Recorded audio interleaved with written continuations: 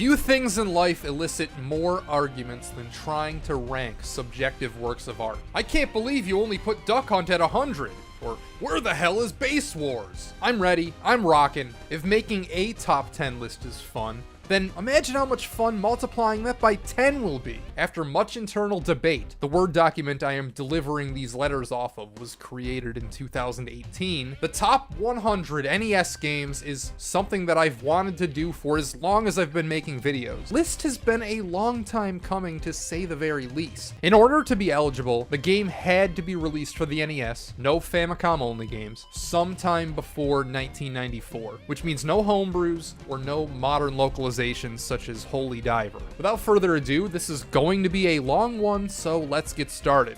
Leading off, the B-side of the Super Mario Bros. LP. Duck Hunt is an adaptation of a game found on Nintendo's laser clay shooting system. This was a projector and rifle combo Nintendo sold to arcades in the mid-70s, and it worked mostly the same way you're familiar with on NES. An image would be projected, and when the trigger on the gun was pulled, the screen would flash a white square over the target, and the rifle would detect whether or not it's pointed at the square. For many people, Duck Hunt was the second game they ever played after Super Mario Bros. Due to its inclusion on the pack-in cart. It was a nice change of pace. If Super Mario became too difficult, Duck Hunt was there to blow some steam off. It's the fries to Mario's burger, the bacon to its eggs, the mistress to its wife. Popeye is Donkey Kong in another dimension, but in ours, it's one of the 3 launch titles for the Japanese Famicom. The other 2 combining into number 98, Donkey Kong and Donkey Kong Jr., Popeye in particular misses the mark of its arcade counterpart, and at times doesn't seem a half step forward from what the world had seen at home. Seriously, this ship could have been ripped from a ColecoVision game. As for Popeye itself, it's no slouch. Instead of jumping like Jumpman, the action button punches like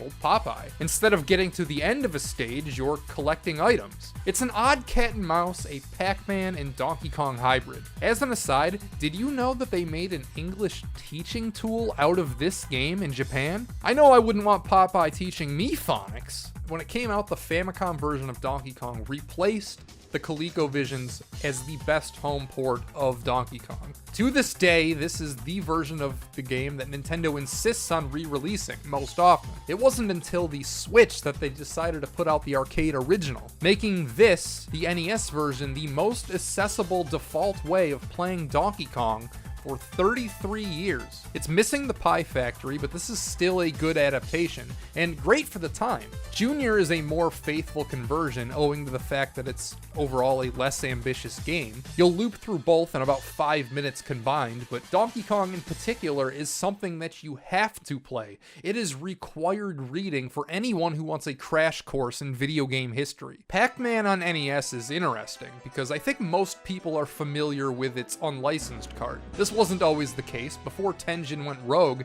they did in fact release a couple of games with the official Nintendo seal. But in the years since, Nintendo appears to have put aside any bad blood that might have existed, because this version of Pac-Man would be one of the best-selling games on the Wii Virtual Console. Today, the real Pac-Man is easily found, rendering this a historical footnote. But at the time, in 1984, when this was first released in Japan, it was easily the best home conversion. And of course, I can't include Pac-Man to this list without mentioning that Miss Pac-Man was also released on the system, even if they did screw up the color of her mazes. Rygar is a great example of what happens when developers choose to interpret rather than adapt their arcade games. Coin-Op Rygar was a straightforward, monotonous beat-em-up. When adapting it to the NES, they basically threw everything out and started from scratch. And it's a much better game for it. It's non-linear, mashes top-down and side-scrolling segments. Metroid was brand new when this was given life, and it contains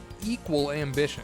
It's rocky and janky in many ways, but you can't help but be impressed. This is a granddaddy to what we would come to know as the Metroidvania. It's short, easy, and on the NES Online, so what are you waiting for? Let's address its Excitebike's fatal flaw straight away. It came out too early in the NES's lifespan. Excitebike is a physics-based racing game. It's all about how you can angle your dude. In addition to being able to go up and down in these different lanes, you also control your avatar's rotation. Going off ramps is great. Gameplay feels as amazing as anything else, but all of this is trapped inside a black box pre-disc system, pre-Super Mario Famicom cart, meaning that you can't save your custom courses, there's no mapper chips to expand upon gameplay. Of the pre-NES, NES games, its sight bike represents a memorable concept, and it's a real tragedy that they would never try to make more of it. I am not a shooter man. I will take the crustiest, most unintuitive RPGs over even the most refined shmups every single time. But even I'll admit Section Z merits a place somewhere in this countdown. Instead of just shooting right like in something like Gradius, you hit B and your character a bounce face and you fire in the opposite direction. But here's the real hook.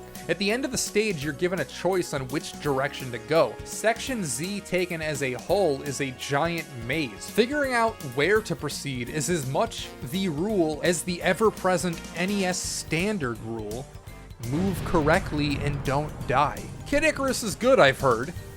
I think somebody said it once. Maybe. Does anybody actually like this game? I see the significance. It was made immediately after the first wave of black box games like Super Mario Bros. And its sight bike, but before the next wave of releases like Castlevania, Zelda, Metroid. Kid Icarus is a weird transition between Mario and Metroid. It's not completely strapped in like Mario. Some of the stages are more like a micro Metroid, except you normally can't go backwards. If you fall down during a vertical section, it's instant death. Kid Icarus is the furthest on the action side of the action-adventure spectrum of these early efforts, so that's something. It's a strange piece of history that doesn't quite know what it wants to be yet. The most famous, best-selling RPG in the USA.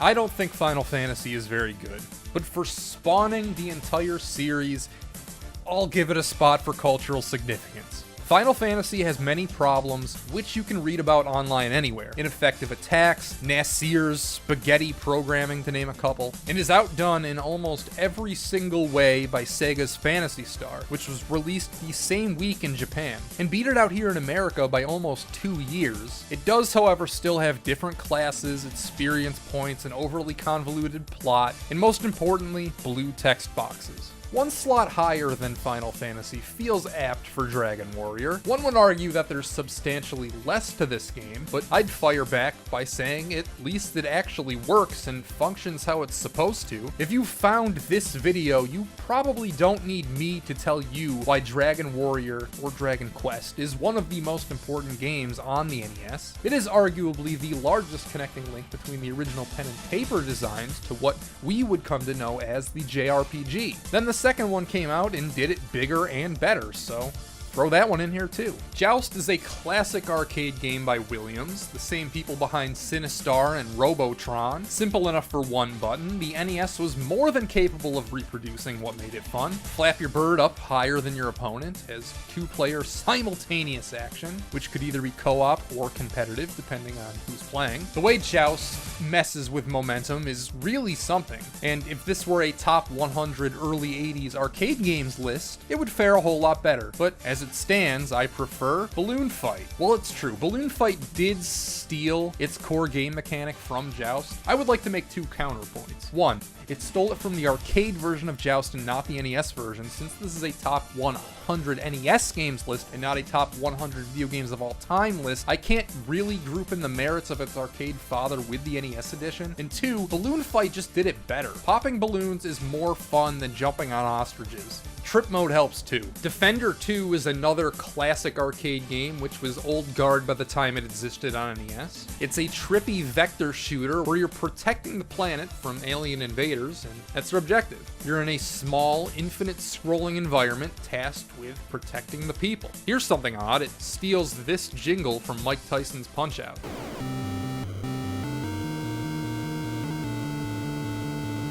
Regular viewers of this channel know that Pirates isn't my weird old boat game of choice, but it's still an impressive PC port. The swordplay, the sailing, it's all here, and I'm impressed. I have it complete in box. The manual uses the term privateer. Now that's a word. Pirates has degrees of freedom most NES games couldn't conceive of. You're unchained with indefinite, less vague ideas of what you could be doing. There's an intimidating amount of text. It's one of those games with a high initial wall, but can be all all-consuming if you let it. 4 plays, 12 non-licensed teams, real players somehow. Upon release, Tecmo Bowl was far and away the best football video game ever made, and it wasn't close. Doesn't fall into any of the traps that plague early football games. Other efforts would lean too far into the strategery, or in the case of 10-Yard Fight, just fucking sucked. Seriously, I have no idea what they were going for on that one. Tecmo Bowl is fun, but it is also eclipsed in every single way by the sequel, so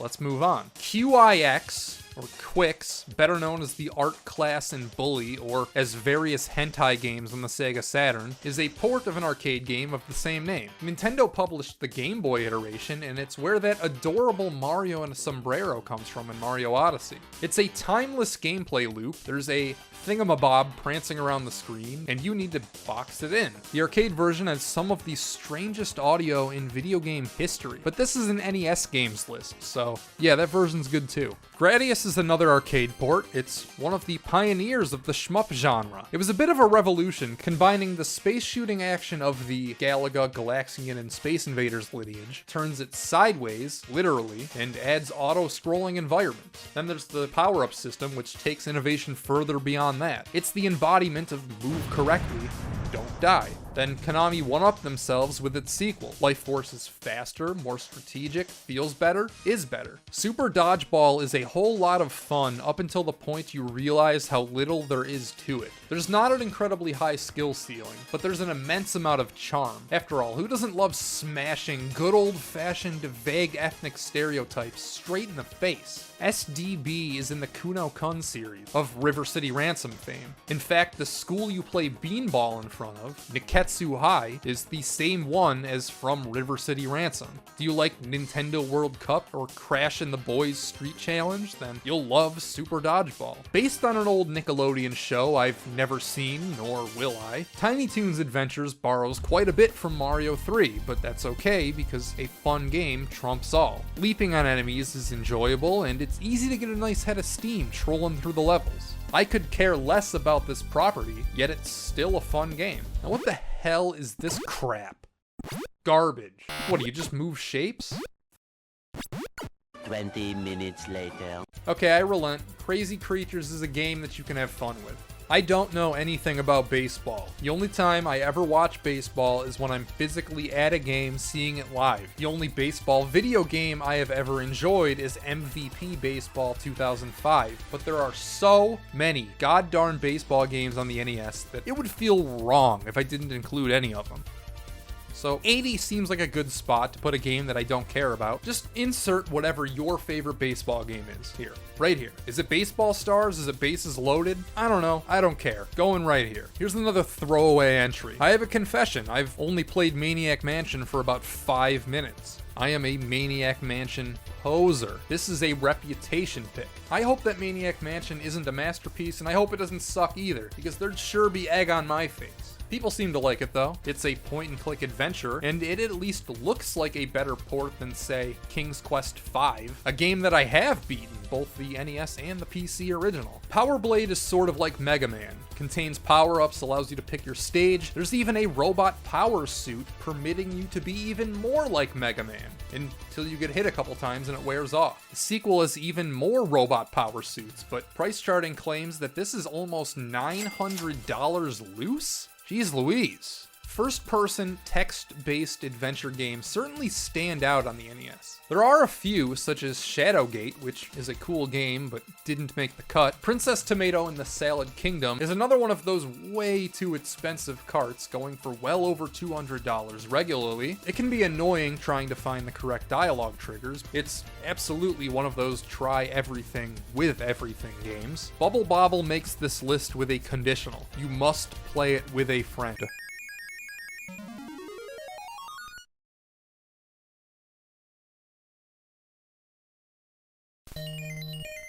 When Jason Graves came to me on his hands and knees begging for me to make an entry for him, I was skeptical. Entry for what? What are you working on, I asked. He says, make an entry for my top 100 NES games, please. I was confused. NES doesn't have games. The 5th generation of consoles is the real first generation of consoles. Let me explain. This is a deck of playing cards. Now, I chose this object to illustrate my point because it's universal. Everybody knows how these work. Everybody's played a game with them.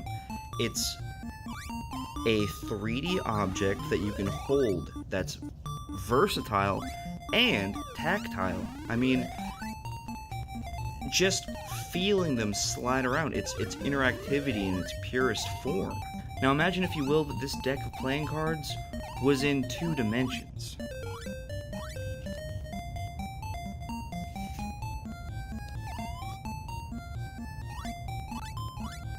Try and tell me that nothing gets lost here from going from 3D to 2D.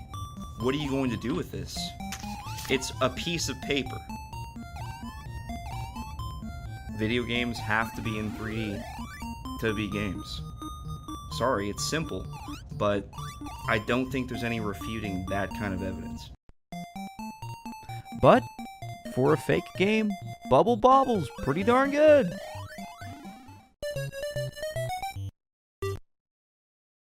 There's also a sequel which is more of the same. That one has fancier graphics, though honestly I find them a little distracting. Since, spoilers, Rad Racer did not make this list, I figured I should atone for this grave sin by inserting Rad Gravity here. This is such a trashy, yet interesting game. Look at his big stupid head when you're picking a level. You spend a lot of time stabbing people in the back in this crack-infested city. And since Narc didn't make the list either, I gotta atone for that sin too. Speaking of crack-infested cities, Spiritual Warfare is a more Christian-themed Zelda clone, which is a game that has a Bible as a key item. Unlike in Zelda, you can move diagonally. What madness is this? You're just going around shooting regular people. Oh, I suppose you're saving them somehow because they're praying? What an odd thing that exists. Teenage Mutant Ninja Turtles gets a bad rap because of the famous AVGN episode, a video which is almost as old as this game was when it was made. It's actually a solid action-heavy platformer. You have 4 characters with 4 distinct attacks. It has good gameplay variety, plays well. As the nerd said, it's fun hitting things. This might be a somewhat controversial statement, but it's much better than the other NES Turtles titles. Seriously, a patient turtle would die of boredom playing TMNT2, the arcade game on NES. There's a mix of top-down exploratory overworld and side-scrolling action segments. In fact, it's a lot like Zelda 2 in that regard, and anything I can positively compare Zelda 2 to can't be all that bad. McKids is another AVGN game that doesn't suck nearly as much as you might think. It's worlds away from other brand tie-ins like Spot, Barbie, or Yo Noid at least, yet it's only the second best McDonald's tie-in game, something that has a strange amount of competition. This is a bizarre mix of Super Mario's 2 and 3. You can pick things up and throw them like in Mario 2, but there's a world map like in Mario 3. McKids also brings plenty of gimmicks to the table itself, like the anti-gravity or the weight-based springs that help it stand out. In Treasure Master, you're Scooter, a rad teenage boy with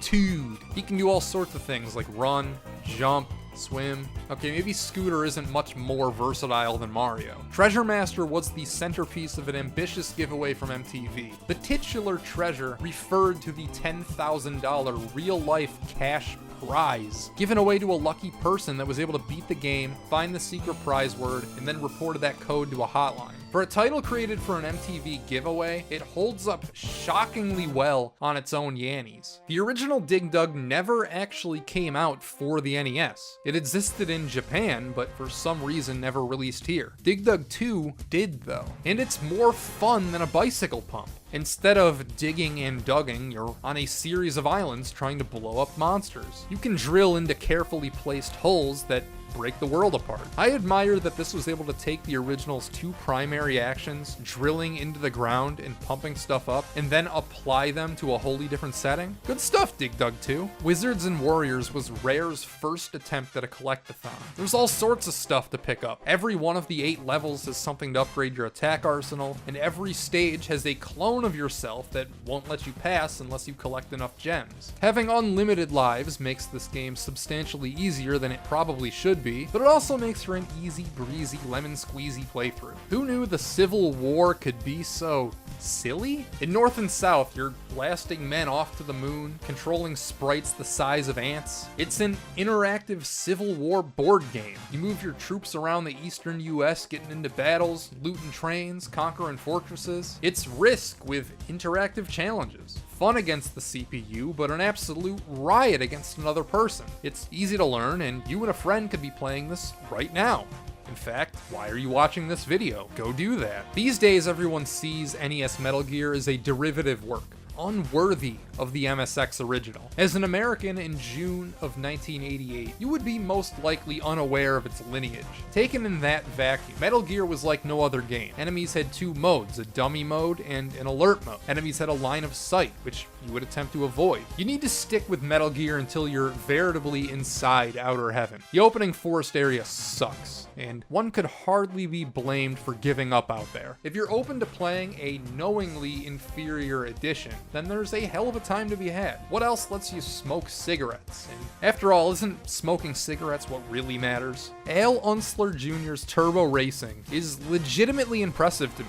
It's a pole position-like, which is to say it is the same style of fake 3D. Al himself coaches you through this, despite the fact that he was a NASCAR driver, and this is a Formula 1 game. The man whose name graces this game never competed in the sport that is being portrayed. Now that's something. It's the closest thing to a racing sim on the NES that's worth playing. Has all the upgrade systems you would expect, and is a million times better than that Bill Elliott game. Like Bubble Bobble, Arkanoid makes the list with a conditional. You have to use the proper dial controller, because without it, it's way too unresponsive. But the dial gives a sense of analog control that doesn't really exist anywhere else in gaming. The Atari had paddles which achieved the same effect in Warlord and Kaboom, and of course in Super Breakout. Arkanoid kept this style of game alive at least for a little bit. It's wall pong. What else do you need? The main bad guy in Faxanadu is called the Evil One. It takes place inside a giant tree. Instead of leveling up, you get different titles. The titles make enemies drop more money. Faxanadu is sort of like Zelda 2, except with level grinding, and it doesn't control as well, and it has a currency system, and it doesn't have an overworld. Actually, you know what? I take that back. It's not like Zelda 2. It's more like Ys 3, Wanderers of Ys, which is a game that would have made this list, but unfortunately we never got the NES version. Only Japan did. So this is a platformer, but in 3D!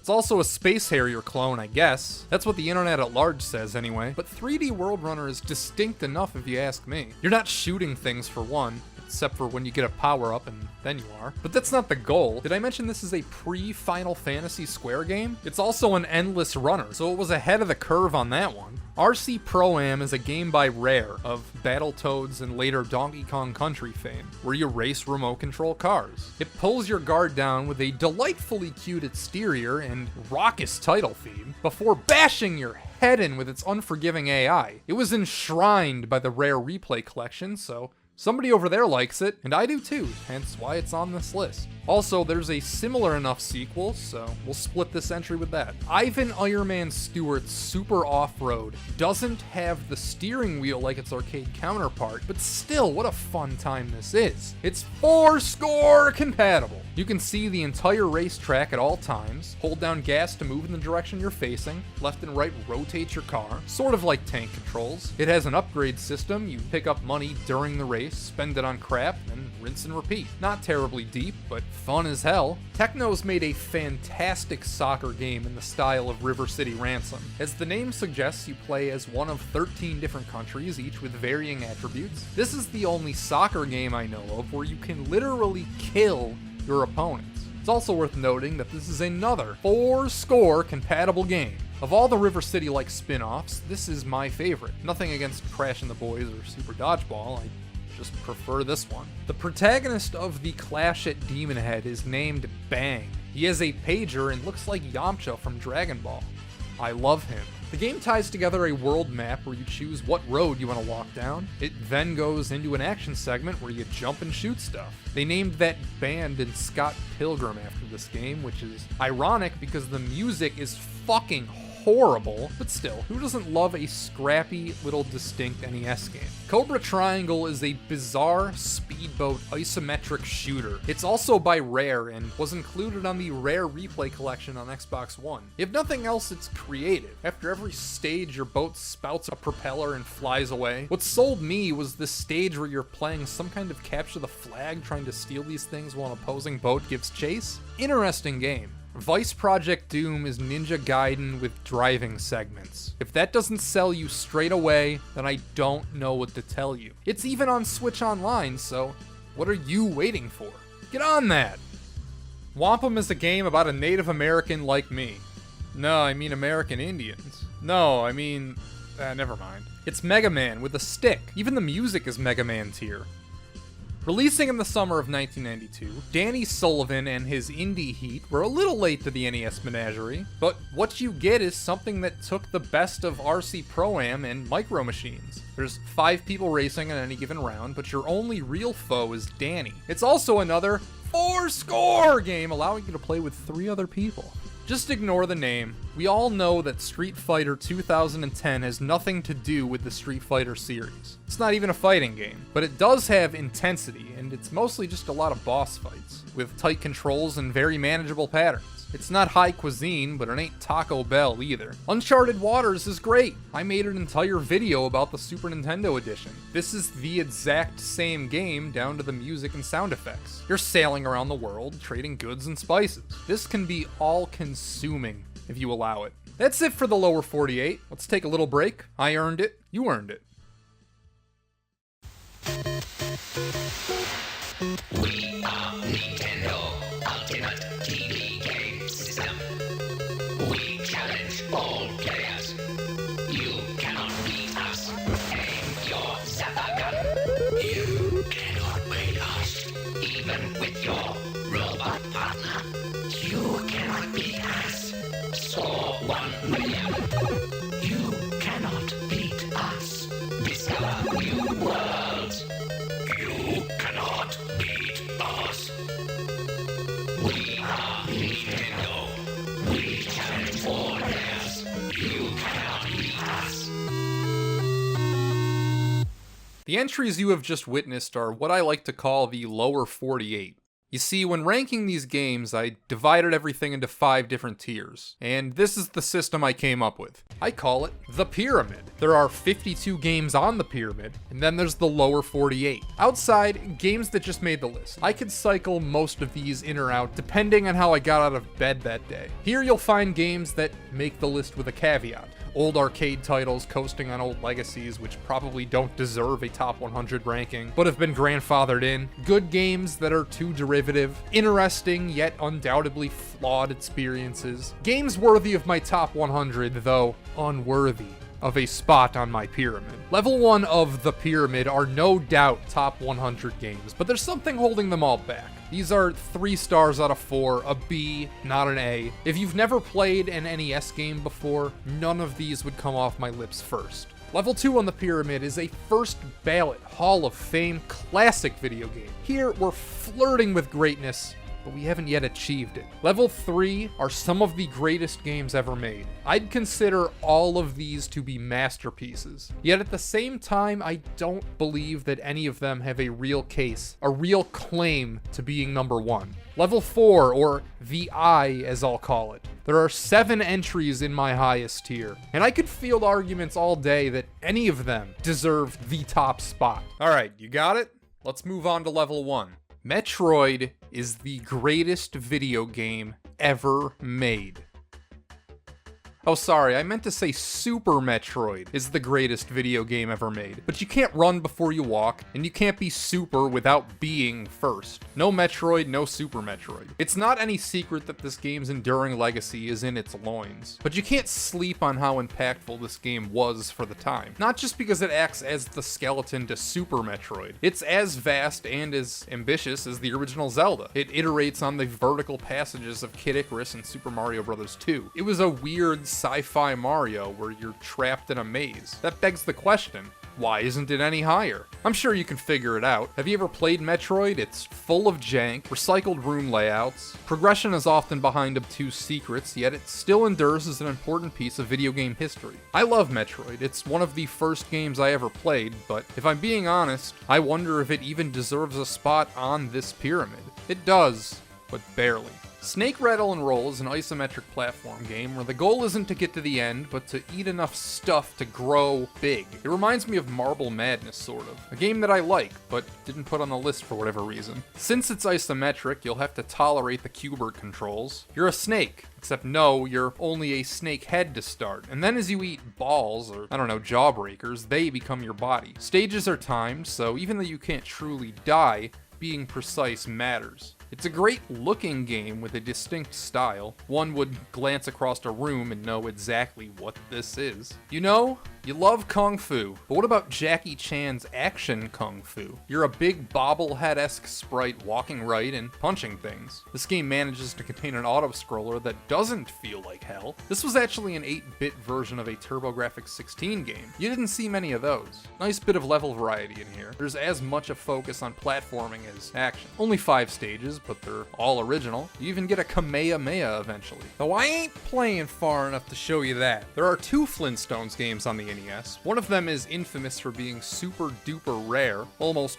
$1,400 for a loose cart. The games themselves are almost identical in terms of gameplay. The Flintstones games had the advantage of coming out after the SNES and in time to sew in all sorts of innovations from the 8-bit era, borrows many tricks from other games, such as how the world map allows you to choose what order to do the stages, side weapons, interchangeable environments, swapping characters mid-level, yabba dabba do.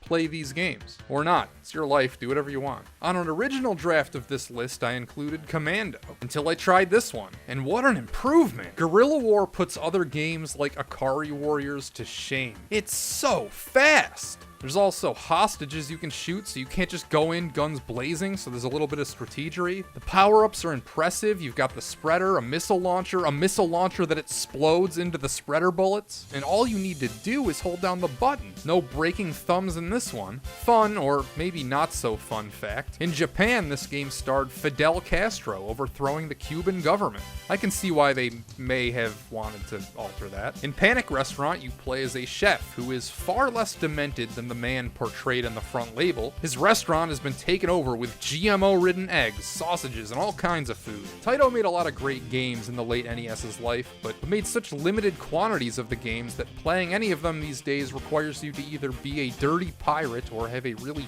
fat wallet, because this is yet another way too expensive game. $880 loose on price charting. Taito really had a hold on the later NES. For whatever reason, they continued to support the system well after the Super Nintendo took hold. They made the Flintstones games, a Jetsons game, Bubble Bobble 2, Kickmaster, both Power Blades, and a certain other title that's coming up later, all after the Super Nintendo. Most of them made this list, and the ones that didn't were awfully close. I'm not complaining, but it's odd seeing all of this work go relatively unappreciated. They're crafting some of the best games on the system, yet at the same time, nobody played them back then.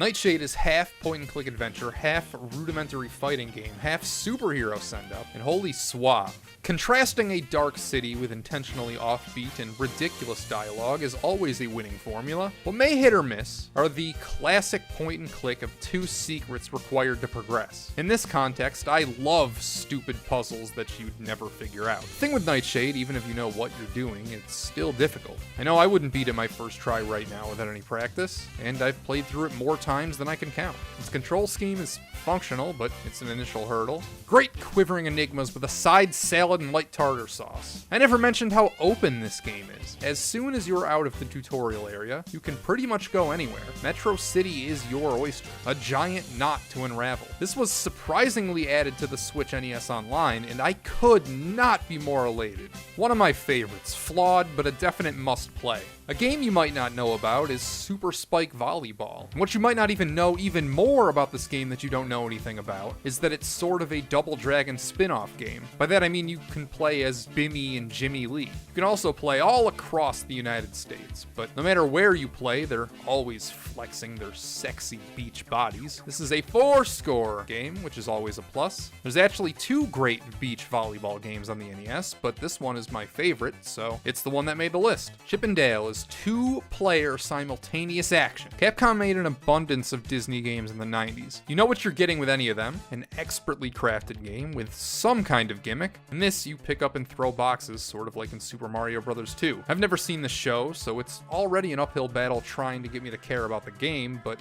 again, quality wins out. The box mechanic is great. You can hide something inside, becoming briefly invincible. It protects you from projectiles. There's also a sequel that came out in 1994. Jeez. People don't seem to like that one as much, though. It's certainly uglier, somehow. Anyway, The Journey to Silius was originally a Terminator license. It's the game Sunsoft made after Batman. Sorta like your poor man's Contra. It's short and sweet, with only 5 levels. Just like this synopsis. Bert the Winged Devil? Okay, why not? Monster Party is almost like a shock comedy. There's grotesque visuals contrasting with off-the-wall zaniness, like the boss fight who's already dead. You might think this is a strange-looking game until suddenly the scenery changes and it turns out you hadn't seen anything. The visuals are as extreme as an NES game could be. Your arsenal contains one of the best ducks in video game history. One frame hits the deck, now that's a duck. Your primary attack, a Louisville Slugger, can beat back projectiles, giving you some versatility. Monster Party is more weird than it is well made, but who the hell cares when it comes together into something like this? Kyrian Conquest is an unashamed Mega Man clone. Calling it a ripoff would be too generous. It's almost a ROM hack. Could have been made in that Mega Man Maker PC thing from a few years back. Honestly, that's not even a bad thing. The Mega Man games are all fantastic, albeit fully saturated. They made 6 of those, and on top of that, Kyrian is a spiritual 7th. Wampum, Power Blade, and countless other later NES games are clearly Mega Man inspired, but this one has to take the cake. Capcom should have sued. Might have had a case, too. Bomberman 2 proves that even if your first game kind of sucks, sometimes all you need are a few small tweaks and a slight presentation upgrade to make something worthwhile. Bomberman is a series that, aside from a strange experimental phase on the Nintendo 64, hasn't changed all that much. For its time, Bomberman 2 was a masterpiece, but from a present-day perspective, looking backwards, it's hard for this game not to get overshadowed by later entries. Most people seem to agree that Saturn Bomberman is the pinnacle, but I beg to differ. Bomberman DS is my Bomberman of choice. 1 copy of the game, 8 players. It's a shame DS multiplayer is dead, because that's an all-time classic. Oh yeah, this is supposed to be about Bomberman 2. What can I really say? You know what Bomberman is, I know what Bomberman is, and this is the best version of it on the console. The first one omitted the co-op gameplay, but it's here in Double Dragon 2, but for my money, the biggest improvement is with the hair. The controls in this are unique in such a clever way. Instead of one button kicking and the other one punching, which in most games make punching obsolete because it doesn't reach as far, Double Dragon 2 has the B button always attack to the left side no matter where you're facing, and the A button always goes to the right. Takes a second to get used to, but then it's second nature. Crystallis is another Zelda-like, but it plays more like a Secret of Mana ancestor than a Zelda clone. Crystallis is such a good game that Nintendo themselves developed a port for the Game Boy Color a decade after this version. Crystallis almost feels like a what-if Zelda sequel. What if Zelda 2 didn't go for something completely different? What if it leaned more into an action RPG direction with the sequel? It's not as well crafted as a would-be homegrown Nintendo sequel would have been, but it's a wonderful proof of concept. Little Nemo the Dream Master is based on a movie that's based on a comic strip that literally everybody on this earth is too young to have read. The only things I know about Little Nemo, like Mario, he's from New York, and he's got a bed that grows giant legs and walks. The game is about this kid that wears the fur of dead animals in his dreams. They each grant him different abilities so he can get to the end of the stage and wake up. It's made by Capcom, so you know it's competently built, but it also has a lot of creative stages. You can also headbang to the music, which totally owns. Batman Return of the Joker may be the best looking game on the entire NES. It's Sunsoft, so you know the sounds cook too. Presentation is unmatched. It's not a tight little action game like the first Batman, but it's still a fun little run and gun. Batman is less agile this time around. His sprite is ginormous by NES standards and makes for an effective bullet sponge. There are auto-scrolling shooter, full-on shmup segments. The next Batman title on the system would be handled by Konami, not Sunsoft, and while it's okay, it's not sniffing my pyramid. Metal Storm is the game where you flip gravity. It was on the cover of Nintendo Power once and has many popular YouTube videos about it. It's the most exposed hidden gem in history. It even got an official re-release a year or two ago, physically for the NES. Even I once made a video about it, but that was a long time ago. Visually, well, it's awful, but the gimmick is too good to pass up. It's genuinely like a Thinking with Portals sort of thing. Once you get used to it though, you're flopping like a fish, flipping upside down constantly. Great action platformer, mech shooter, quick thinking and reflexes are strongly recommended, especially on the second loop. Some of that stuff is brutal. Gargoyle's Quest 2 is the game where you play as one of those red demons from Ghosts and Goblins. It is a top-down overworld that makes it look sort of like an RPG, but it really isn't. The meat of this game is in the side-scrolling sections. There aren't a lot of NES games where you play as the bad guy, and this one takes an interesting concept and builds on it aptly. I like how it characterizes the enemies who leave the opening village as great heroes. There's an NPC wondering why nobody ever comes back. Cute little detail. DuckTales is based on a TV show I am too young to have watched, so I haven't. It's a game where you play as Scrooge McDuck through 5 different exploration-based levels. It did Wario Land's 3 concept many years before Nintendo did by having multiple endings depending on how much treasure you collected. It is that song everyone loves. You know the one. Look, it's not a personal favorite admittedly, but I know a quality game when I see it. There's also a sequel, which at a glance looks like the exact same thing, sans the world map that's not accurate at all. So let's throw that in here too. I'm more familiar with the Wonder Boy franchise than the series its palette swap spawned. At a cursory glance, 3 appeared to be the best one. If it's not, then I'm sorry. You know what grinds my gears? Why on the labels does Adventure Island 2 use Roman numerals and Adventure Island 3 uses a digit? But wait, the title screen on 3 does use Roman numerals. Come on, Hudson of America in 1992. Get your logo art in order. Adventure Island 3 is pretty good, but does it escape the shadow of its second cousin, Wonder Boy 3? And the answer? Absolutely not. You probably know The Adventures of Lolo is the thing that HAL Laboratories made before Kirby. But did you know that it was a spiritual successor to a Famicom series called Eggerland? Did you know that they made 9 of these in a 6-year span between 1985 and 1990? I don't care who you are, that's way too many eggs. These puzzles get legitimately brain-busting later on. The only one I've ever beaten is the second, but I've put serious time into all 3. My only criticism is that every mechanic isn't always 100% transparent the first time in a room. Still a fantastic trilogy. So that's it for level 1.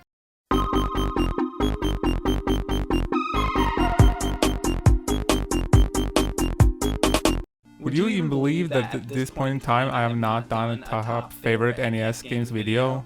Anyways, the real number 1 spot goes to...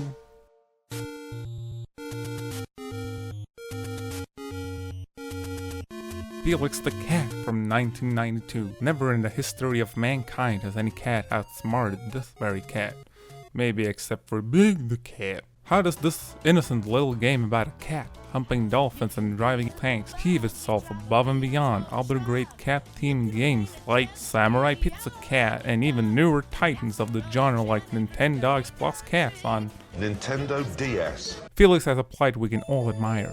As his lady is kidnapped by the real Dr. Eggman, Felix, with his magic bag of tricks, takes on an arsenal of enemies in his plight to save his girlfriends. Now, did you know that? NES games were very much limited down to the kilobytes when it came to memory, making the amount of true variety in this game a true technical feat. How do you fit this much variety into a few megabytes? By making a whole lot more with a whole lot less. You don't just hump the dolphin humps enemies as well. This game is just filled to the brim with abilities and mechanics that make for a truly immersive experience and masterful storytelling even the most simple-minded of gamers can understand. All in all, it's a simple, fun game, but whoa, it might be difficult sometimes. This might be rough, because what's rough about disappointment is disappointment. is on you. But through the power of love, you can stand up tall and realize this has gone on too long, cost too much, and hurt too many innocent people. And pick up that controller and conquer the task of defeating the real Dr. Eggman. This is why Felix the Cat is #1. It's an artificial embodiment of what makes America great. No, not freedom, but willpower. The sheer quality of Felix the Cat on NES cannot be disputed. These allegations are false, and I need to go back to work to the American people. Thank you. If you by now do not understand that this is the best NES game, you are stupid. Or my name isn't John C.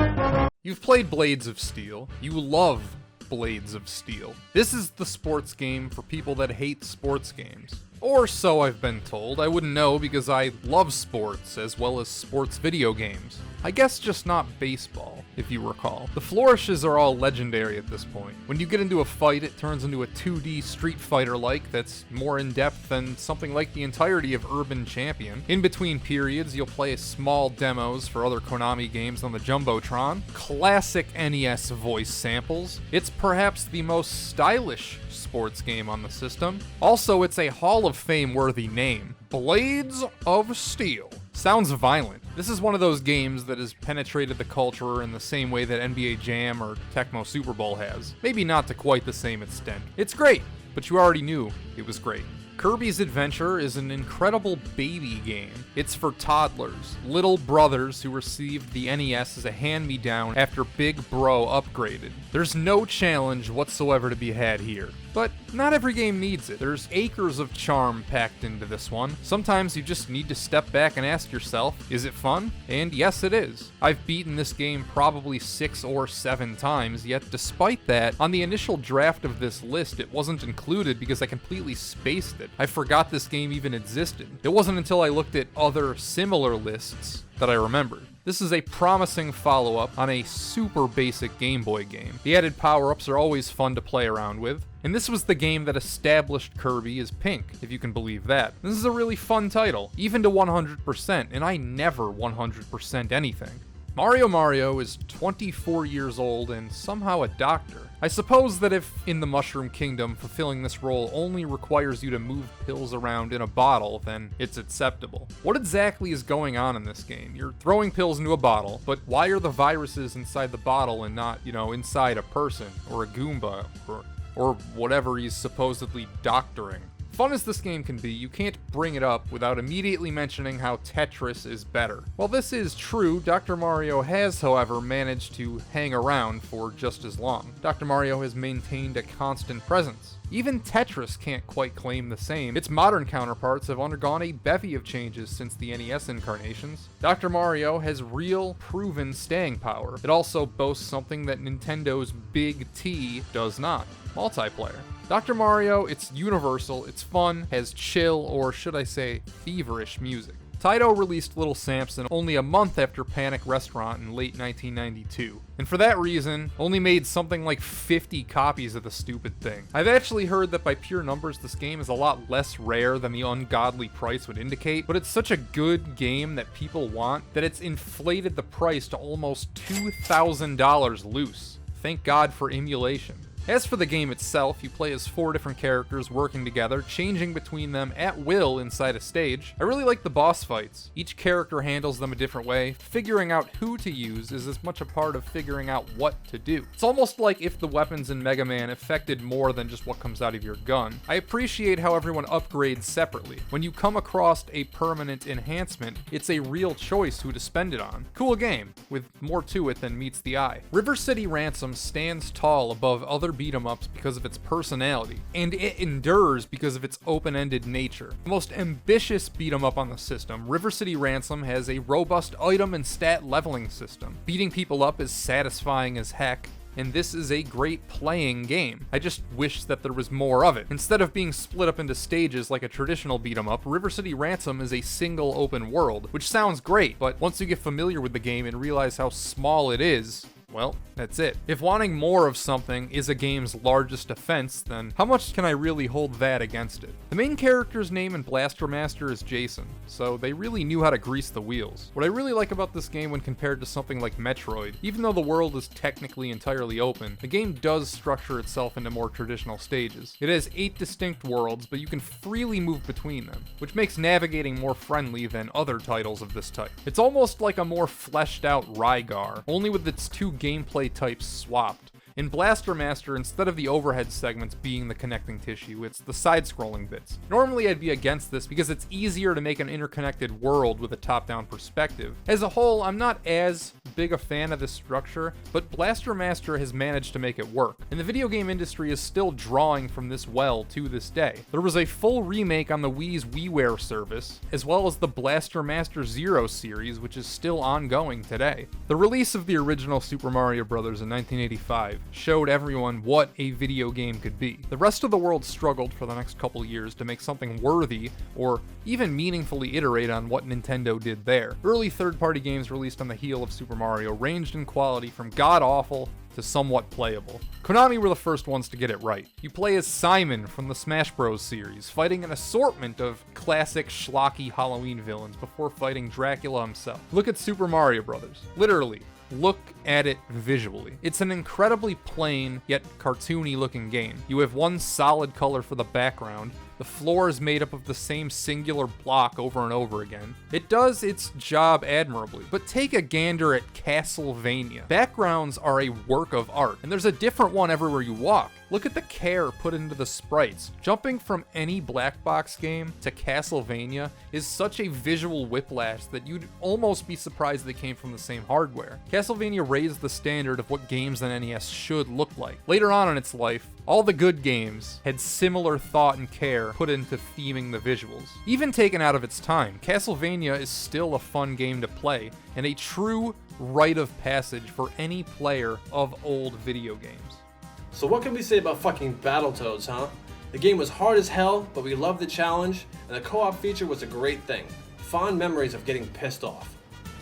Yeah, this game is tough for me to rank because I don't know all the games in the NES library, and there's definitely around 400 or so.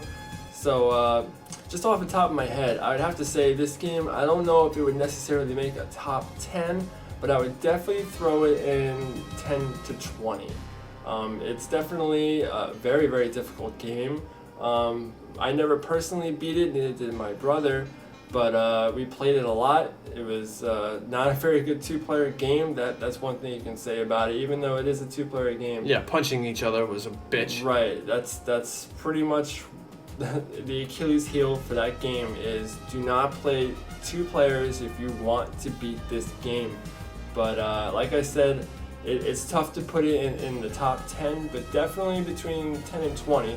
Then again, don't quote me on that because, again, there's 400 games in the NES library, and I want to say most of them are pretty much stinkers. So Battletoads was pretty good. So I would say, yeah, 10 to 20 for sure. Yep, we had a good time back in the day. Absolutely.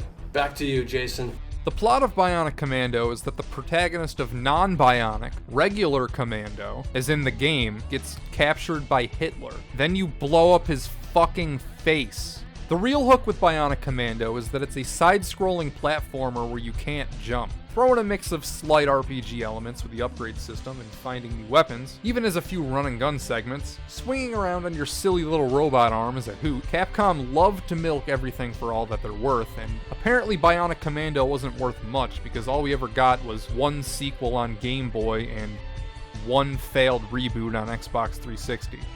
As far as random games they decided to dump on the NES app go, Fire and Ice is actually pretty good.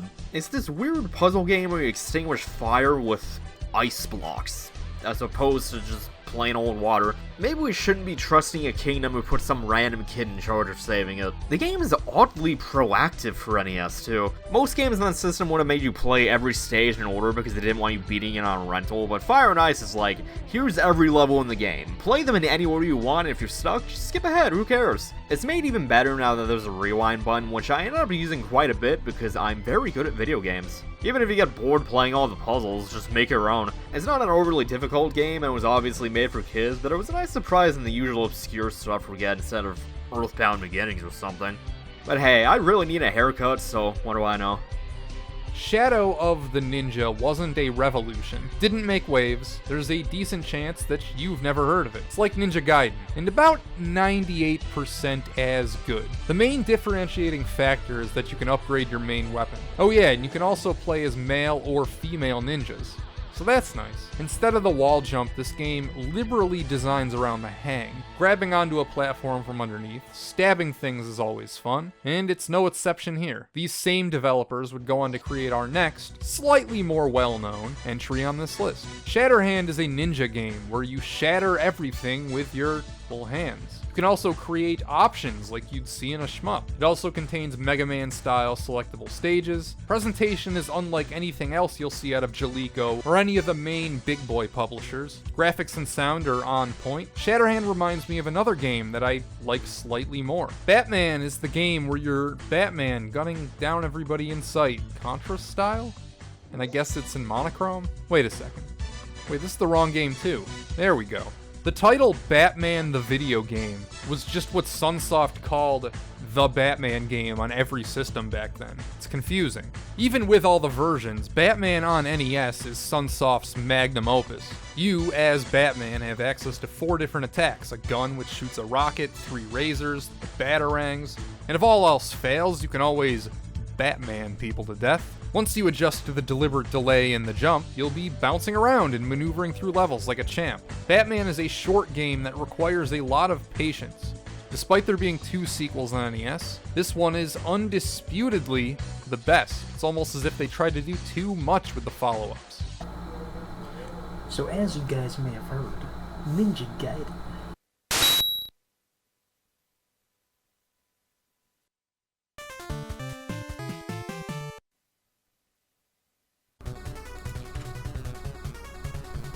So right off the bat, you start off in this weird Detroit-looking town, jumping around, swinging your sword and shit.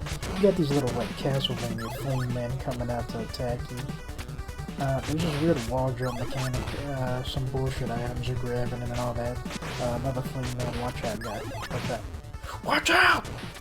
You got like a Michael Jackson Thriller guy. Whoa! Ryu Hayabusa, what are you doing, buddy? That guy was... Alright, so right here I got stuck. This game's kind of shitty when it comes to like trying to jump attack. So right there it took me a couple attempts. Right here you get stuck on the wall and shit and you can't climb up. Bad game design. Got this little Contra fireball shit going on.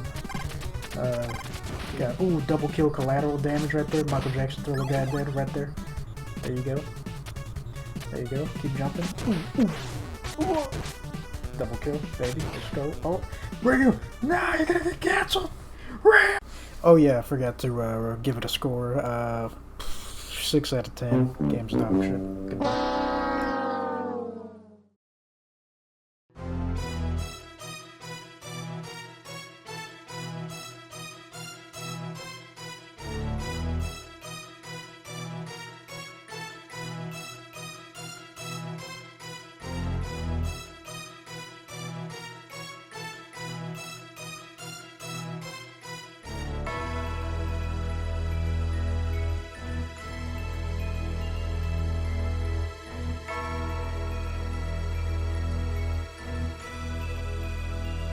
When I think of the Mega Man hexology, an adjective which comes to mind is, well, nothing. When doing a project like this, biggest challenge for me is simply to think of something to say about every single game. Some titles I need to contain my enthusiasm or else I'd spend 15 minutes talking about one game, and this video is long enough as it is, so we can't have that. And for others I need to bullshit my way through it, for a variety of reasons. Maybe I'm not familiar enough with a game to make any definitive statements. Bionic Commando, for example. I'll confide here, I am a Bionic Commando poser. The amount of time I've played that game, lifetime, probably doesn't eclipse 1 hour, and I've never made it very far. But what good is a top 100 NES games list without Bionic Commando? I can't leave it off. It's a game which would top some players' lists, but I can't list it too high either because then my list would feel disingenuous. Truth is, the only person on the planet who's qualified to create a video like this is the Mexican Runner, as he's defeated every NES game. Lack of familiarity is hardly a problem with Mega Man. I've beaten all 6 games, and in the cases of 1, 2, and 5, I've beaten them dozens of times. But what do you really say about Mega Man? You run and shoot things. Levels are good. And Mega Man 2 has some of the greatest chiptunes ever made. Is Tecmo Super Bowl the best football video game ever made? No, but it's certainly the best one before the PS2 era. Did you know that this game was made by a team of Japanese dudes who had never watched football in their lives? They had to import VHS tapes from the US just to research how the game works. And the sport really does lend itself better to video game adaptations than most others. There's natural strategy built in, there's different character classes, and lots of stats and numbers. I'm not the first one to make the football is a real-life RPG connection, but it's a common sentiment because there's some truth to it. As for where Tecmo Super Bowl gets it right in every football game before the original Tecmo Bowl goes so wrong, older football games got caught up in trying to simulate the game instead of attempting to adapt it. Tecmo Super Bowl only superficially resembles real football. The defensive players are naturally twice as fast as the offensive ones, making long breakaway touchdowns a result of cheesing the AI instead of just being faster. The stat lines to come out of a game or a season of Tecmo Super Bowl aren't realistic at all either. For example, you'll have 7 or 8 players breaking the all-time sack record every single year.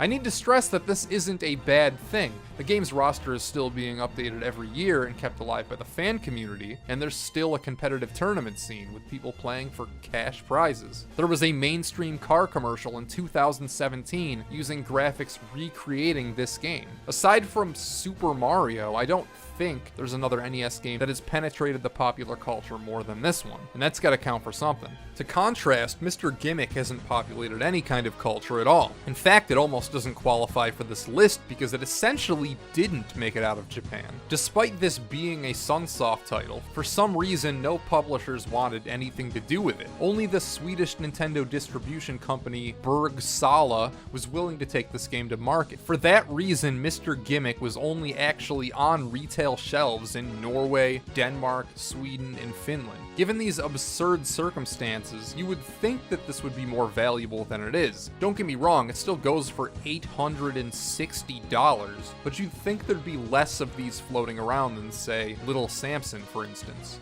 Was this green, blobby toy come to life really that unmarketable? Kirby's Adventure released after Mr. Gimmick, and that seemed to do alright. And Gimmick has every bit equal amounts of heart, charm, and cuteness packed in. Physics are the key here. Our green dude slips around slopes, he can manifest this star which you throw at enemies. He feels loose, but in an intentional way, sort of like the anti-choppy Castlevania. This game plays with angles and momentum more than any other NES game, and you can't help but be impressed. On one hand, Tetris is the perfect video game. Its rules so simple, it doesn't overextend itself with plots that could have holes, or half-baked gameplay elements, or a jump that could have a little less delay. Tetris is a stone. It's always going to be perfect.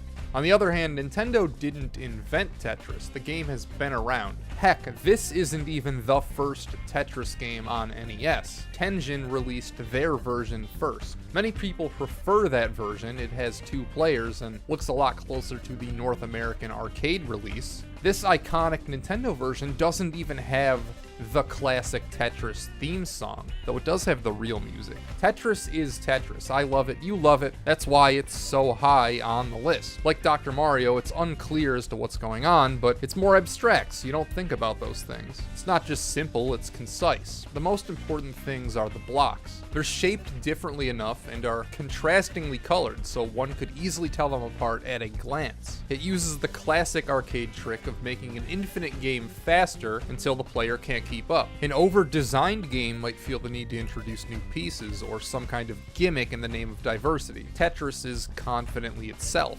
It's the most popular game of all time, and by extension, one of the most popular games on everything it's ever been on, which means everything and anything that could have thought about playing something resembling an electronic video game. With something this simple, the devil is with every detail, is externally minute, yet functionally gargantuan. The NES provides two test cases, two versions of Tetris. The Tengen release is a glutton. It has the disease of want, of more. More songs, multiplayer against the CPU, a cooperative mode, all that, and yet Nintendo's version is better. Tengen Tetris is insecure, Nintendo's Tetris is confidently itself. The smallest detail makes a world of difference. Licensed Tetris includes segmented pieces where you can see the grid lines, which by itself proves its superiority. Multiplayer, sure, it's fun, and cooperative mode is fun if you're a psychopath. Again, Nintendo with its Mode B, where garbage is strewn across the bottom of the playfield, outshines every superfluous mode in Tengen Tetris. Why pick NES Open Golf when I could just pick regular golf? After all, that did come first and they're almost the same game. Well, because this is the one that I played. And because NES Open Golf effectively replaces golf. It's the same, except it has a lot more stuff. Triple the courses, many more game modes, the works. If I'm being honest, I'm not sure this game is all that good, or if I'm just way too far into it. I've put hundreds of hours into this game, no joke, across the Switch release, 3DS, and on a real cartridge. I've gotten over $1 million, which is the ultimate goal, and if my playtime doesn't sell you on the game alone, then it is Donkey Kong as an accountant, which is awesome. Ice hockey was developed in-house in Nintendo and released in 1988 across all territories, just barely beating Blades of Steel out in Japan. It's handily the best of Nintendo's basic titled sports games. A lot of early sports games advance with a glacial pace. Contrast, ice hockey is lightning quick and strips down many rules to keep things moving. Instead of trying to emulate the NHL without a license, they opted for an Olympic-style team select. You have all the staples: Sweden, Czechoslovakia, Poland, Canada, the Soviet Union, and of course the good old US of A. The teams all have equal skill, and it's up to the player to determine the makeup of a given team. You can choose between a fast but weak skinny guy, a slow but powerful fat man, and an average man who's caught in between. These are real choices that can put you at an advantage or disadvantage from the start. Did your friends stupidly pick 4 skinny guys? Fat your team up then and kill them. By the way, this game is much better played against a person than the computer, though I could probably say that about everything. Gameplay is so simple, with just enough nuance to create something compelling. B shoots, A passes, and the D-pad moves. But there's 2 main wrinkles. You are in control of both the goalkeeper and a player simultaneously, so naturally, you're going to have to pick who to focus on. And the net is humongous, but the goalie moves fast enough and the puck is slow enough for you to react. At the same time, he's not so fast that you can stop every single shot. Pitching a shutout against someone who has any real gamer skill is a hell of a feat. Another mechanic that helps balance things out is how you need to briefly charge your shot. It's not instantaneous. There's always at least a small wind-up animation before a shot, giving you even more time to react. If 2 players are battling for a loose puck, there's a chance that a fight will break out. You gotta mash buttons faster than your opponent to win the fight. If you lose, one of your players goes into the penalty box and you need to play 3-on-4 for a bit. There's some little flourishes that really put the cherry on the ice. For example, Zambonis clean the ice between the second and third periods, and if it's a close game late, the crowd will start to get rowdy, becoming louder and making the screen do some light flashing. This is up there with the Genesis NHL games and Wayne Gretzky's 3D hockey as some of the best hockey video games ever made. It's simple, quick to learn, quick to play, and always a great time. The gap between what the NES could do and what arcade machines could do, even in the early years, was enormous. You had Contra in the arcade, and you couldn't just put that onto an NES card.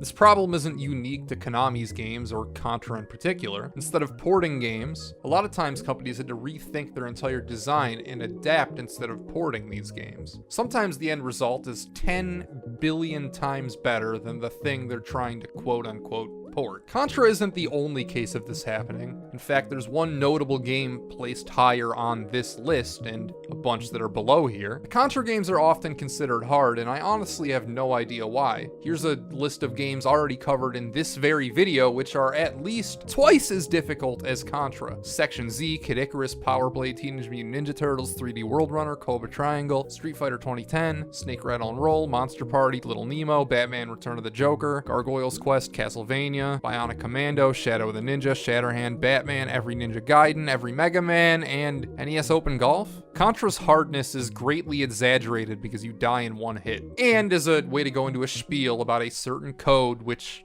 I'm not going to mention here. As for Super C, well, it's the same game with new levels and overhead segments. What's not to love? A long time ago, back when I was in high school, I had a friend who insisted that the original Legend of Zelda was, quote, the worst game ever made. It felt wrong, but I really couldn't argue. After all, I did sympathize with the argument that this game is too obtuse to be fun. I know now, and would then know soon, how ignorant that statement was. The original Zelda branded itself as the game with endless adventure. You weren't expected to do everything alone, if at all. It relied on a thing called shared knowledge. Concept was pioneered in a game called The Tower of Jiraga. That title expected you to talk with friends on the playground and share its secrets. Concept is mostly dead these days, killed by the internet, leaving titles behind like The Legend of Zelda, who most people see as a clunky experience whose only worth is in its children. This is obviously untrue. The Legend of Zelda is a necessary evolutionary link between Atari's adventure and masterpieces like Super Metroid.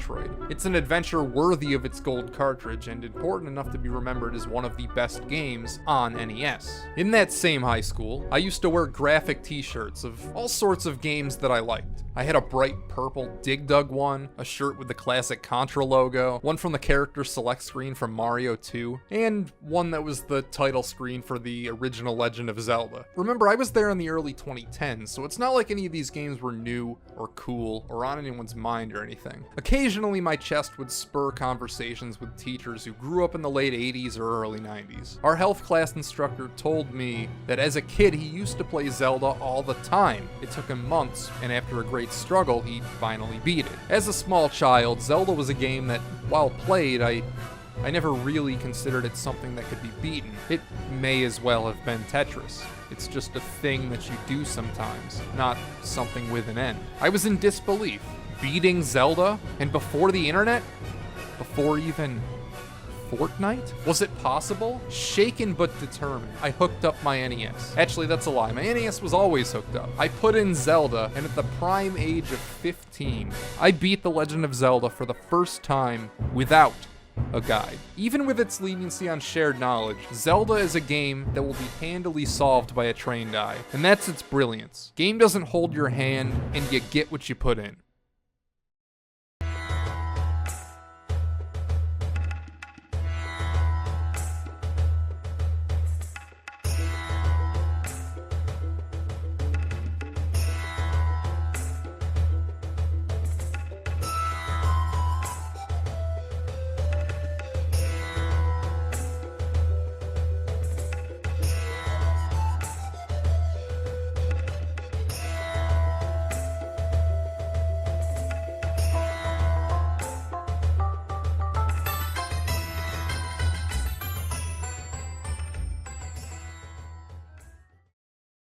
I will eventually be doing a full, proper video on Dragon Warrior 3. Maybe I'll put it out to coincide with that fancy remake coming out soon. Maybe it'll take 12 years. Rest assured, this will get the full, quote-unquote, review treatment eventually. Dragon Quest started hot in Japan, but this was the game to give it bona fide juggernaut status. This is where the whole Enix is not allowed to release a Dragon Quest game on a weekday myth originated. I most recently replayed this in the lead up to Dragon Quest XI's release in September of 2018. I began work on the script for this video long enough ago that I just erased a paragraph mentioning the upcoming Dragon Quest XI. It's amazing how that state-of-the-art, brand new, current gen, well I guess now it's last gen, JRPG can lift segments wholesale from this game in 1988, and it doesn't even feel antiquated. This game is so not old feeling that this upcoming remake could scrub the title and legacy from itself, and people wouldn't even notice that it's an NES game. If you're on my YouTube channel watching this video, which if you're hearing my voice is a fact, then you probably enjoy RPGs. If you somehow haven't made the pilgrimage through Dragon Warrior 3 yet, then I would encourage you to do so. It's a wonderful game, and not this high on this list just because it's important or something. There exist many ways to play Dragon Warrior 3, though my heart will always lie here. The quality of the localizations on the NES Dragon Warrior games has always astounded me, so just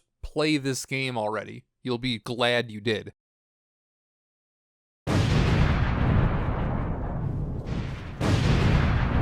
At the time of release, Super Mario Bros. Was the greatest video game ever made. I'm not even being hyperbolic, and it's almost not a subjective claim. It was the first game played by many. Might have been mine too. Truth is, I don't exactly know what the first game I ever played was. Out of every title Nintendo published, both in America and in Japan, between the launch of the Famicom to around 1987, this is such an obvious outlier. It wasn't a one-note arcade title, nor a sports game, or a bad pole position clone. It was its own game. It was sort of like Pitfall or Montezuma's Revenge in that you're primarily jumping over things, but then it scrolls like it's Sightbike. A stage in Super Mario is like if Pitfall was one continuous screen. Where do you even begin to quantify what Super Mario meant? I spoke of some things a while ago, link on the screen right now. It's not on this channel, so you won't find it by searching here. It covers nerdy crap about how power-ups work or how the worlds each represent one loop of a traditional arcade game. What everything boils down to, Super Mario was a game that couldn't fully be experienced by just playing a couple of minutes. It has secrets. It was massive.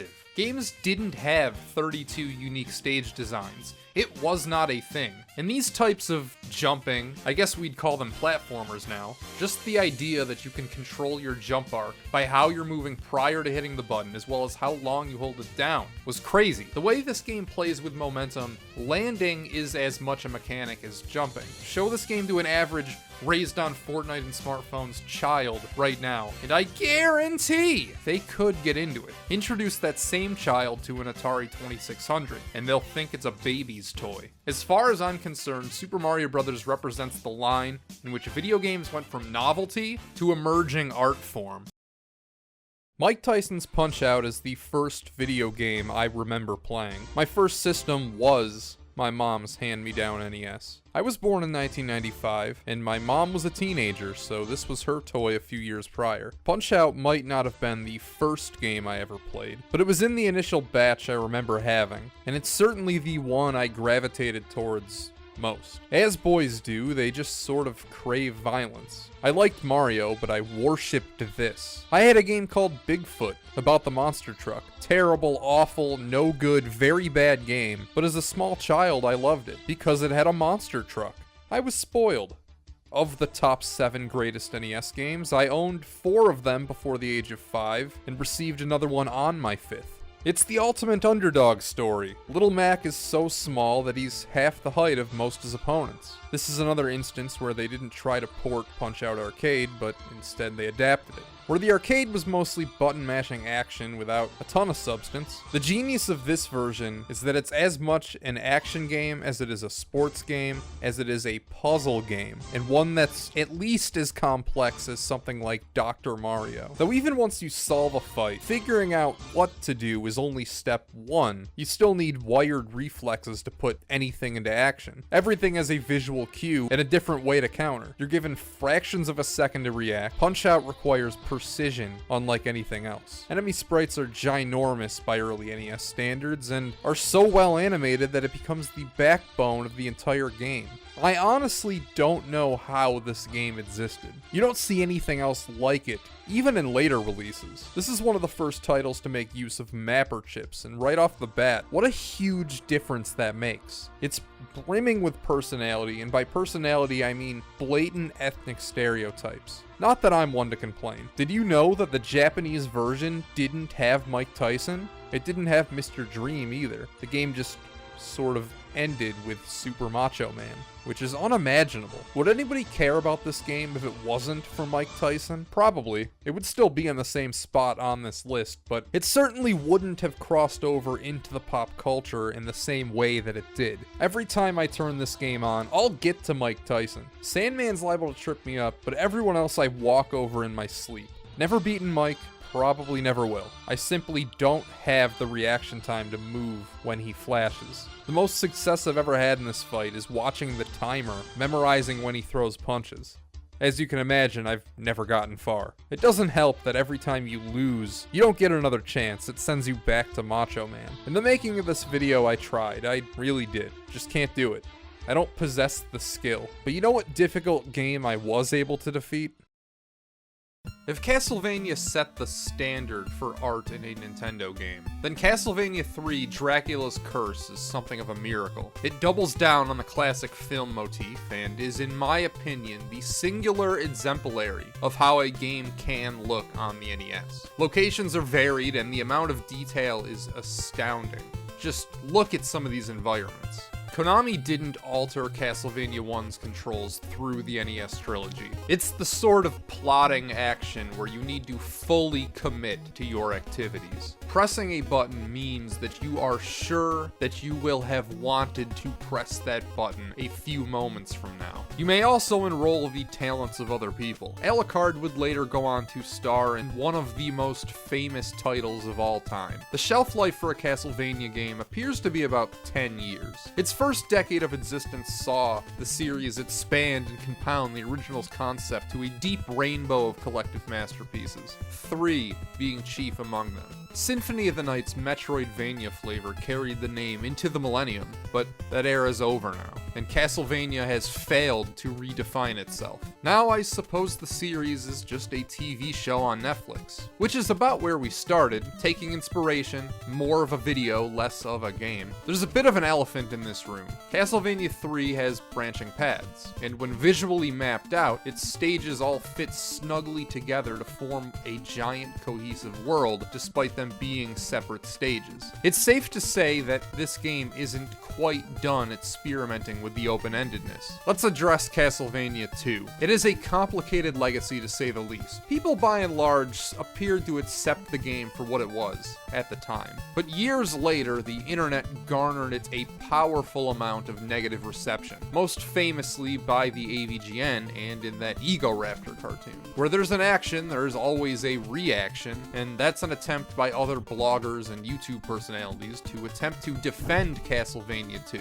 After all, it looks incredible, sounds fantastic, and would predict a future path the series would end up taking. Well, the game's not on this list for a reason, and it probably still wouldn't make the list if I had expanded this to a top 200 NES games of all time. The concept is there, an adventure game where you need to figure out where to go and what to do. My big issue is that they didn't craft any compelling stages or designs with this framework. You can keep the same overworld, it's a little basic in navigation, just quartered off by cryptic bullcrap, but when you get to the mansions, that's where the actual levels are supposed to be, right? Imagine that instead of going into a mansion like normal, you go in and it takes you to a proper stage like in 1 or 3, and you don't continue immediately where you left off. You need to do the whole thing in one go. Where's the beef in Castlevania 2? How are 1 and 3 such deliberate works of stage design, yet when crafting 2, it's like they forgot to even try? And that's the main thing that sets Castlevania 3 apart. Outside of the Super Mario games, there scant exist titles which take advantage of their laws and its levels to this degree. In the background of this video, if you're listening with headphones, if you're listening through speakers or on your phone, there's a decent chance we haven't detected any background tracks. But if you're listening with headphones, how often have you heard music from the game I'm talking about playing in this video? Only in this segment, right? Regular viewers of mine will attest. I almost never use songs from the games I'm talking about. I respect the Castlevania 3 soundtrack that much. Only quarrels one might have with this game lie in its difficulty. Old Castlevania games are legendarily some of the most ball-bustingly difficult games of all time. Yet even in the context of its cousins, Castlevania 3 stands alone. This might be the hardest game I've ever beaten, and I've conquered Castlevanias 1, 2, 4, Bloodlines, Rondo, Dracula X, Ghosts and Goblins, the 7th Saga, the Dark Souls trilogy, Sans, and Undertale. There's a few feathers in my cap. I'm not what anyone would call good at games, and I'm telling you, if you've ever tried this game, thought it's too hard, then forever internalized that Castlevania 3 was a game that is too hard. Stick with it. Look up boss strategies if you have to. There's no greater reward than conquering something like this. More so than in any other medium, the video game industry loves sequels. Next year, the world is expected to receive a Final Fantasy 16. 16! Most things, series, end. Well, everything ends. But we're in an age now of prolonged existence. Super Mario Bros. 2 is the reason everything needs to be a sequel. Would we have bought this Middle Eastern-themed Mario-adjacent thing if the man himself was nowhere to be found? Maybe, or who knows, we might be calling this a hidden gem. Super Mario 2 is a game where every non-boss enemy character is wearing a mask. It's one with flying, sentient masks. It's a game with magic doors leading to dreams within your dream. Don't get it twisted, this is a logical title to follow up Super Mario with. It's still a side-scrolling platformer, only it expands the boundaries. Instead of reading left to right like a player piano, it's a game where the objective could be up, down, anywhere. To defeat an enemy, before you jump on something, it gets squished or the turtle leaves its shell. To achieve the same effect here, you'll jump on them. Then the throwing mechanics come into play. What a novel idea. Being able to pick up and throw things would later become a Mario staple, but it's this game in particular's thing. Stages will have cardinal puzzles, making great use of our new verb. It extends to digging holes, stacking blocks, lofting explosives, riding on stuff. By just having that extra step, by using the main mechanic, it feels like you're doing more than you really are. When slapping the title Super Mario Bros. 2 onto something, you're writing a check which claims not only will this live up to what was then the greatest game of all time, it's going to do you one better. And somehow it delivers. Super Mario Bros. 2 is much more involved, the level design is leagues greater than what we saw in 1. Instead of a perfect innovative character, there's 4, usually when Japanese and American releases differ. After the internet made physical, cultural, language barriers more manageable, we generally stopped using our retcon titles. Nobody calls it Final Fantasy 3 anymore. Yet when I say Super Mario Bros. 2, it's understood without elaboration that this is the game that I'm talking about. That speaks to its legacy. Even Nintendo acts like this is the true sequel by incorporating mechanics and characters introduced here. Super Mario Bros. 3, if you strip it down, is the structure of the first Mario game fused with the creativity and thoughtfulness of Super Mario 2. It's not a revolution, it was an evolution. They didn't have to reinvent the wheel, so they didn't. Super Mario Bros. 3 is a 1955 Chevrolet, the original's Model T. It's gorgeous, not necessarily aesthetically, but creativity is the word of the game. You have this bonkers level design, or at least what would have been considered bonkers before the random level generator that is Super Mario Maker. Newer Mario games might add one power-up, litter it all over the game, copy and paste the same assets from last time, and call it a day. Mario 3 completely reinvents its look, something that it didn't have to do. Both the Japanese Marios 1 and 2 were on the same system and looked identical. They didn't need to reinvent Mario's physics, but they did anyway, as they were known to do back then. It's simply more fun to move Mario around in this game than it is playing hundreds of lesser ones. The way momentum works, as measured by the P-meter, is such a small change that goes a unusually elongated way towards this being a great game. It sells itself. The front cover features a new way to maneuver Mario. And it's not the only augmentation either. You've got the frog suit, water interacting with land. Karibo's shoe is iconic, yet only in the game for one stage. Why only one stage? I don't know, because it's fun, because you'd be more likely to remember it. You can play through the game multiple times and not even catch a whiff of the Hammer Bros suit. There are secrets abound. Mario 1 had them. With 3, it's a way of life. If you kneel on a white block, wait a few seconds, and then what happens? You're through the scenery? Because as you've no doubt heard, Mario 3 is a stage play, so why wouldn't you be able to go backstage? Levels aren't all set to a uniform structure. Not everything has a number or is a castle. Mario has the one-off sun stage, those hands, level 7-Piranha Plant. The only level in the whole game you can replay connects the air and land in World 5. You can do it forwards like normal, going up this tower, but if you wanted to come back, then, well, you'd have to do the level backwards, and it's a descent. Weird little underutilized, unexplained elements such as the shoe, or the sun, or that transition level aren't wasteful because they only happen once. They create a mythos. After you clear 1-2, you've got, count them, 1, 2, 3, 4 options. Are you a critical path truther? A gambler? You want to see what that mushroom thing is all about, right? If so, do you have the fucking guts? The chutzpah to dream the impossible dream of playing level 4 before, or possibly in lieu of stage 3?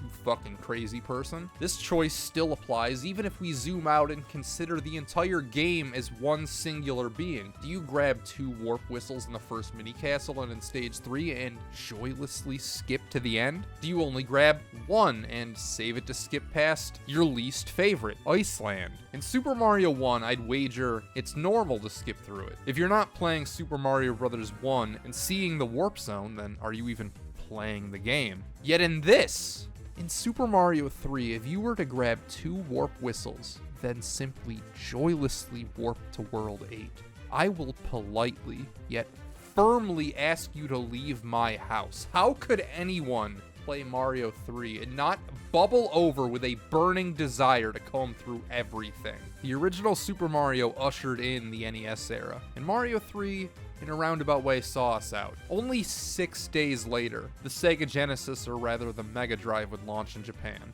Our future was coming, but maybe somewhat ironically, Mario 3 was evidence that the NES had yet lived its best years. For anyone paying attention, after game designers learned, after third parties took note of what Nintendo had been doing, the early 90s ended up being a haven for some of the most inventive NES games. Some could say that the NES began with Mario and ended with Mario, though if you ask me, far as I'm concerned, it was just rounding into form. Throughout the process of making this video, I flipped back and forth quite a few times whether or not this would be the #1 game. And ultimately, let's call it 1A.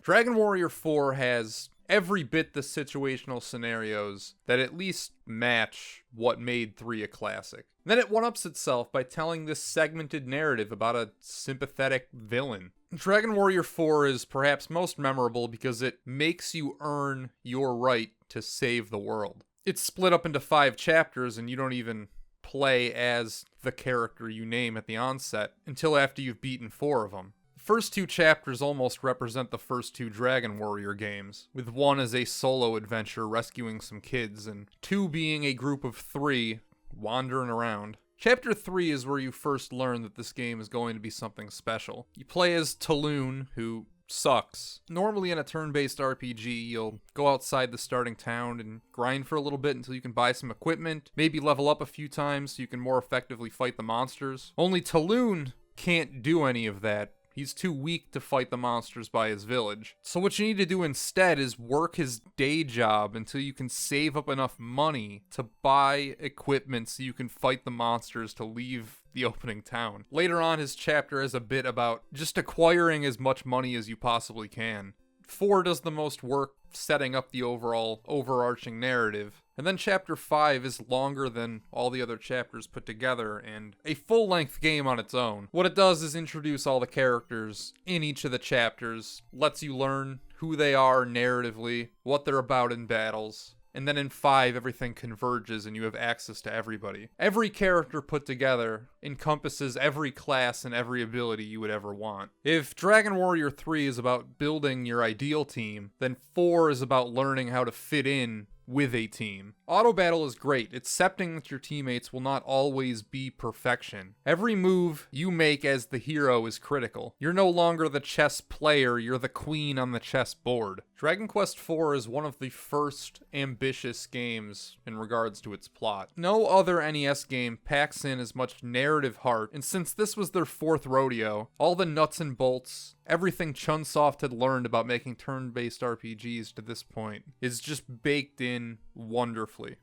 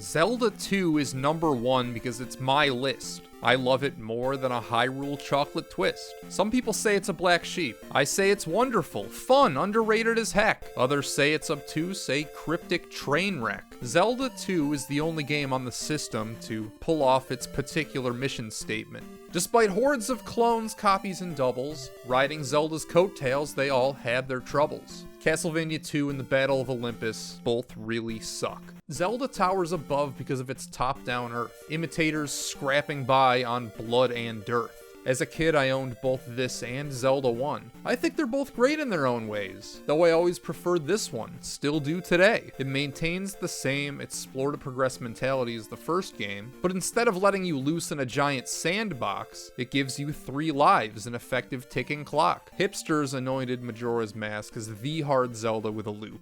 Zelda 2 had it before it was cool, a difficulty curve many consider cruel. Personally, I find the challenge overstated. Players just don't have their feet wet. After all, a different type of game poses a threat. There's a real emphasis on combat. Managing your health is a priority. You can't simply stomp around assuming your authority. Unlike Zelda 1, there are cities and towns. The people hold many mysteries. Some places feel worn in, as if there's history. The entire first game's overworld is supposedly represented by a small corner of the map. It's to hammer home this colossal experience. Boy, these Red Axe dudes make me absolutely furious. Thanks for watching this video all the way to the end. I labored over it quite a bit. This video didn't always come easy, I'd like to admit. Zelda 2 is probably my favorite game ever. Gratitude's all around for you and your butts. Remember, never, ever trust anyone who needs a haircut.